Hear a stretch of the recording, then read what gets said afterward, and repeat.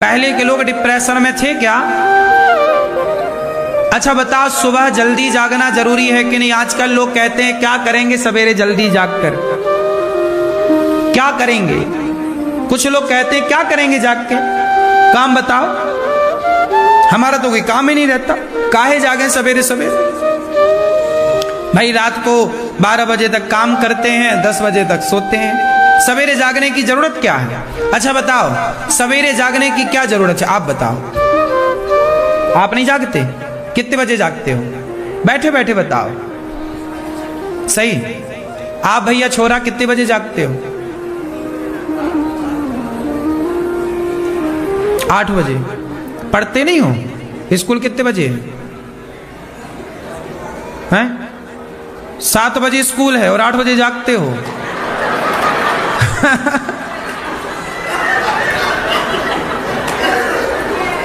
हैं?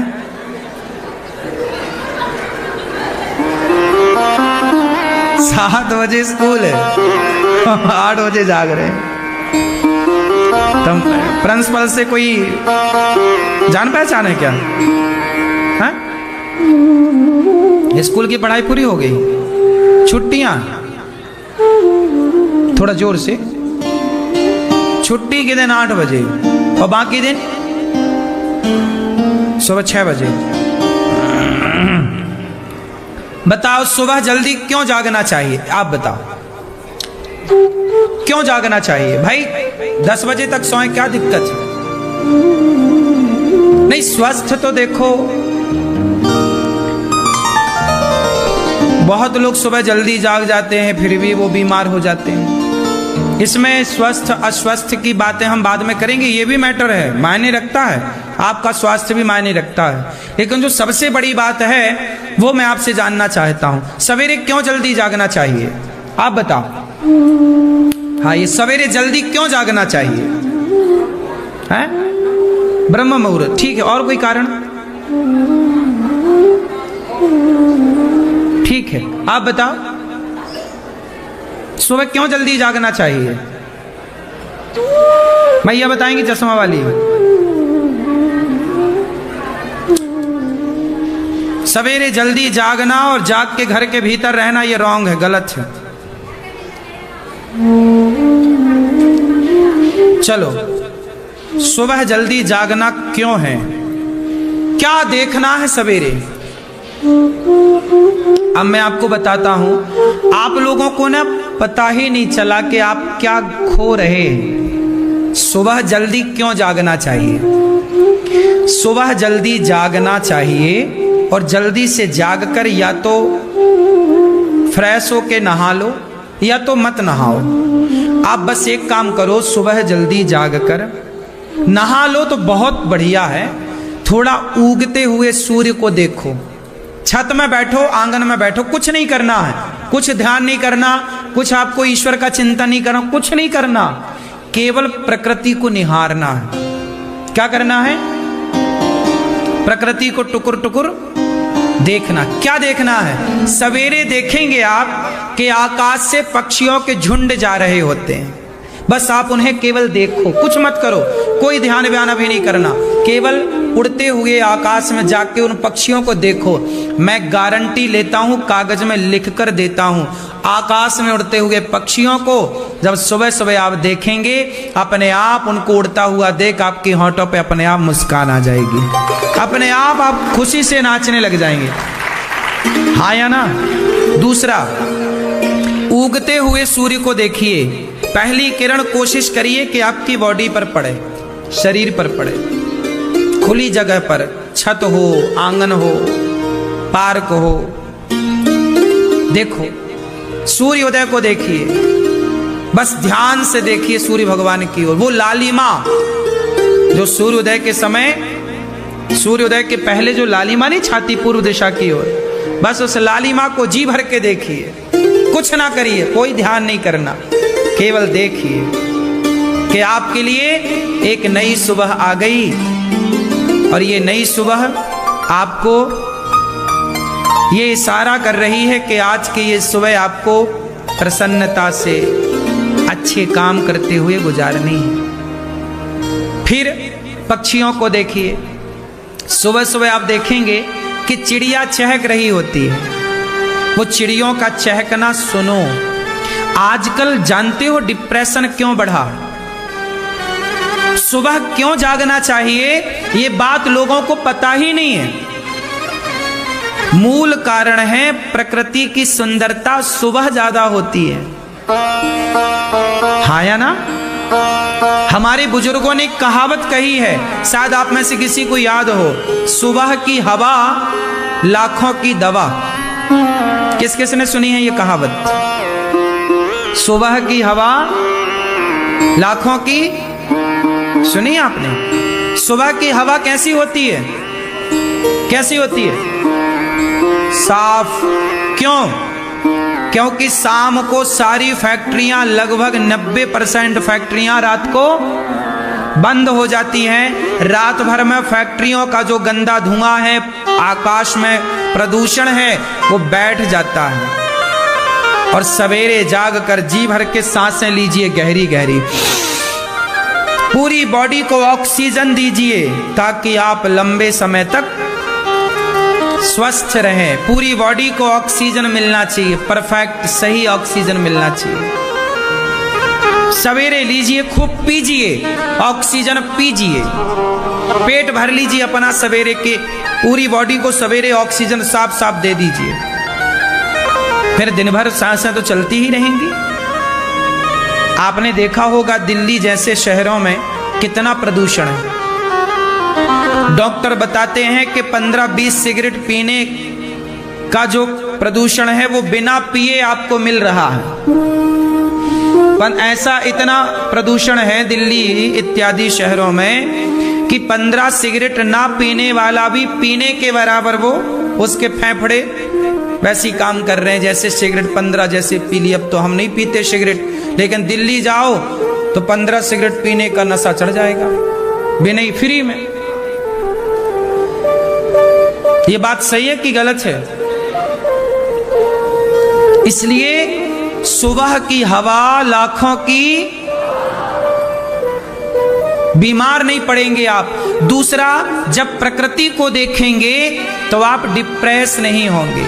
आज सबसे ज्यादा तनाव है, डिप्रेशन की बीमारियां हैं। क्यों? आदमी 8 बजे के पहले उठ ही नहीं रहा है। आज सुबह का मतलब है 10 बजे।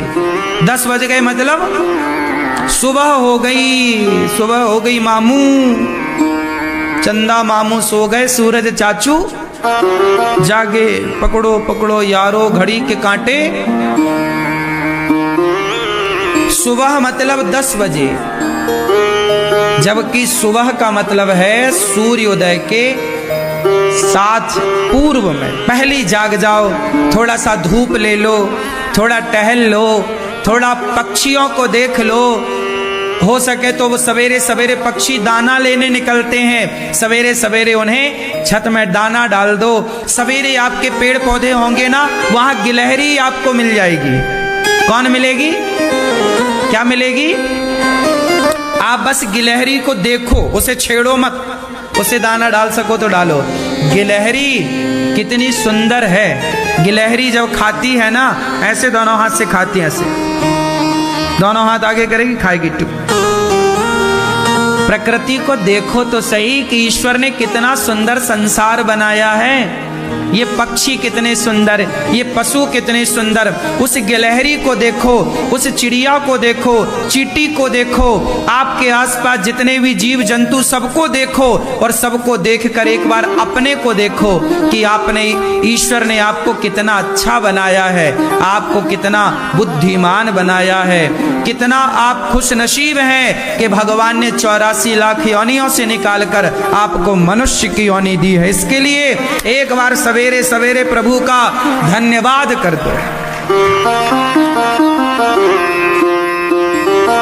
क्या कर दो? ईश्वर को एक बार भगवान की ओर फ्लाइंग किस दो। भगवान को धन्यवाद देने के लिए, प्रभु आपका धन्यवाद, आपके चरणों को हम चूमते हैं। हाँ या ना? नहीं, एक बार तो ईश्वर को धन्यवाद दो सवेरे सवेरे। इसके बाद फिर आप ये काम सारा नहा के करो तो परफेक्ट है। थोड़ा योग भी कर लो वहां बैठ के, यदि आप सूर्य नमस्कार की बार आसन कर पाओ, वरना फिर ये सब करके फिर आप नहाओ, आराम से नहाओ, कपड़े पहनो साफ सुथरे, सूर्य भगवान को 1 लोटा जल चढ़ाओ। क्या करो सूर्य भगवान को 1 लोटा, सूर्याय नमः, आदित्याय नमः, भौमाय नमः, खगाय नमः, मित्राय नमः, भास्कराय नमः।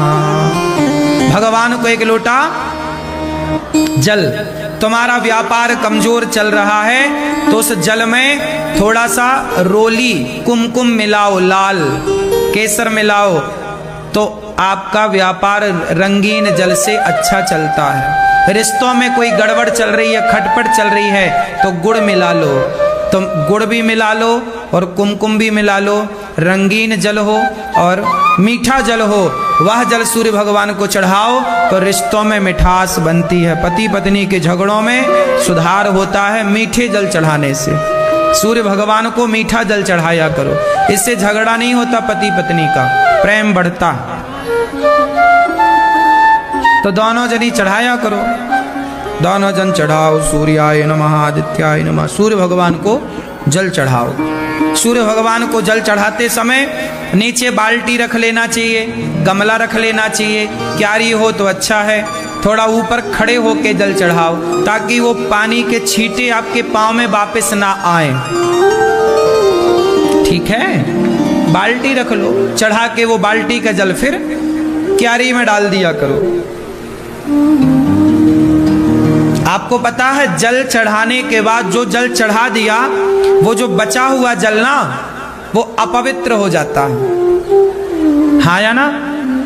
जैसे आपने सूर्य भगवान को जल चढ़ाया तो जो जल बचा वो जल कैसा है? वो अपवित्र जल हो गया। उस जल को आप तुलसी में भी मत डालिए, या फिर तुलसी के गमले में जल चढ़ाते हैं वो परफेक्ट है। बाद में चढ़ा करके वो जल बाद में मत डालिए। ऐसा है ना, जैसे हम आपके सिर पे जल डालें और जल डालने के बाद आपको पानी से नहवाएं और फिर जो पानी बचे उसी को फिर आपके ऊपर डाल दें, तो वो गंदा हो गया कि नहीं? ऐसे ही है ना। तो भगवान को, सूर्य भगवान को जल चढ़ाने के बाद जो जल बचता है वो अपवित्र हो जाता है।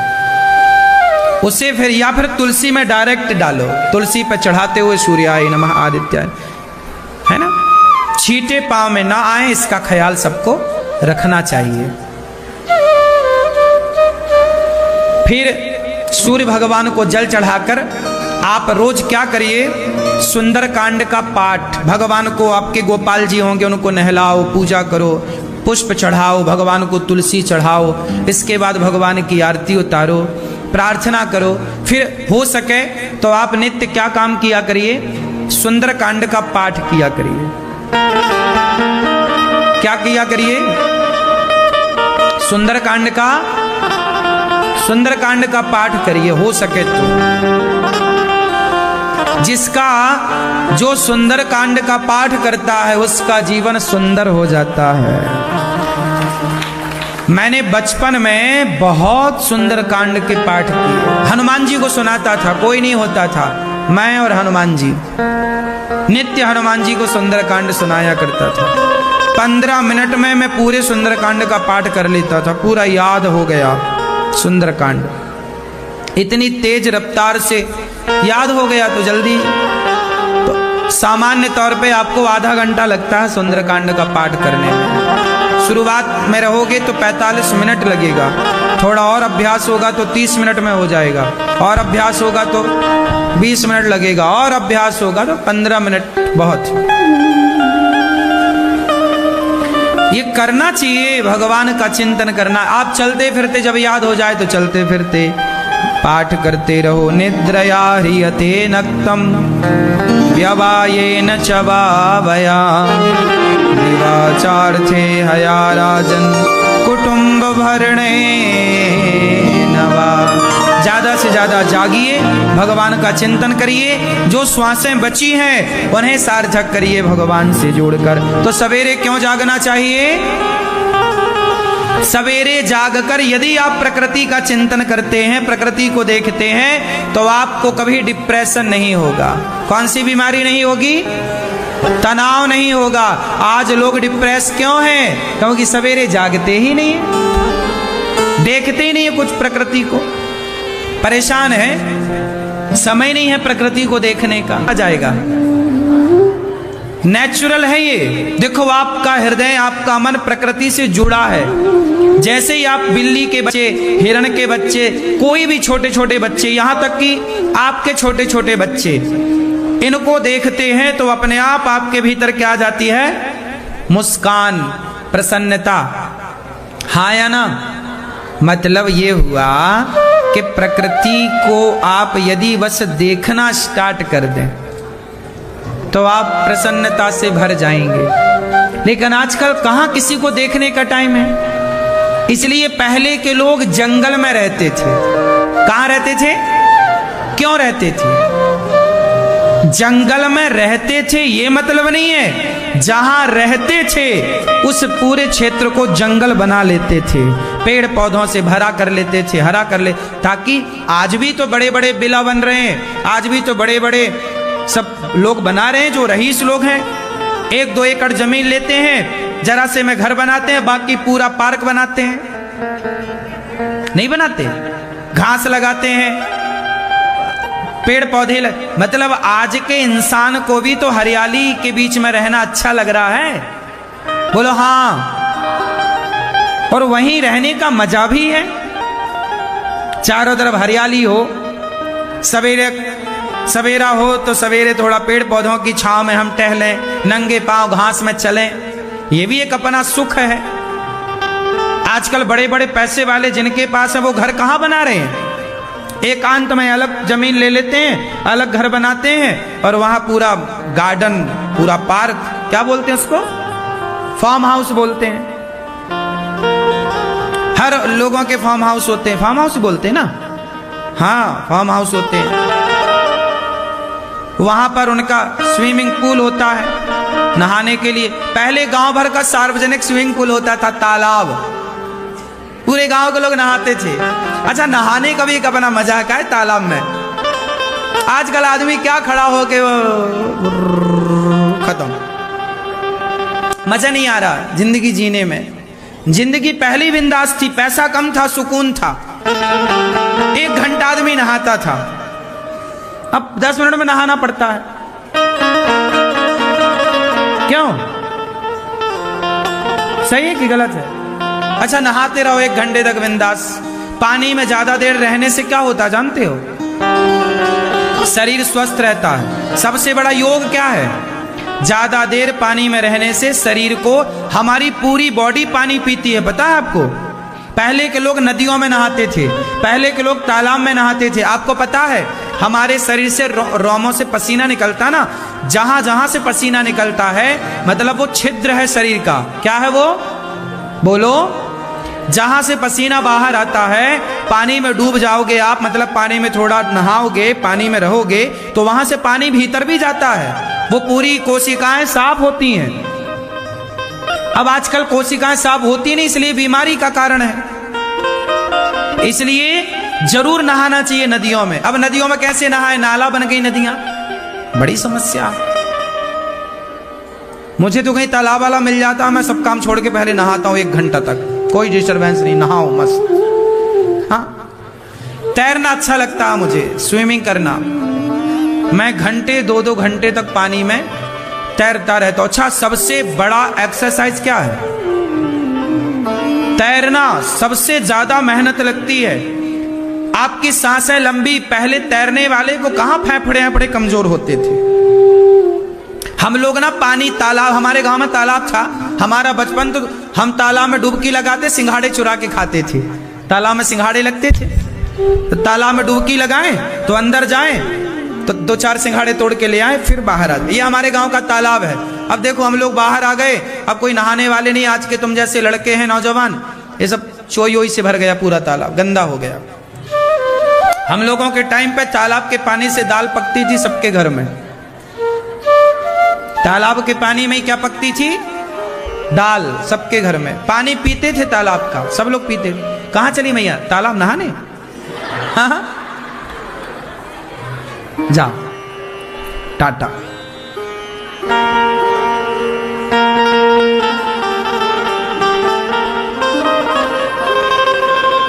क्यों मैया? तालाब में कितने लोग नहाए हैं आप में से?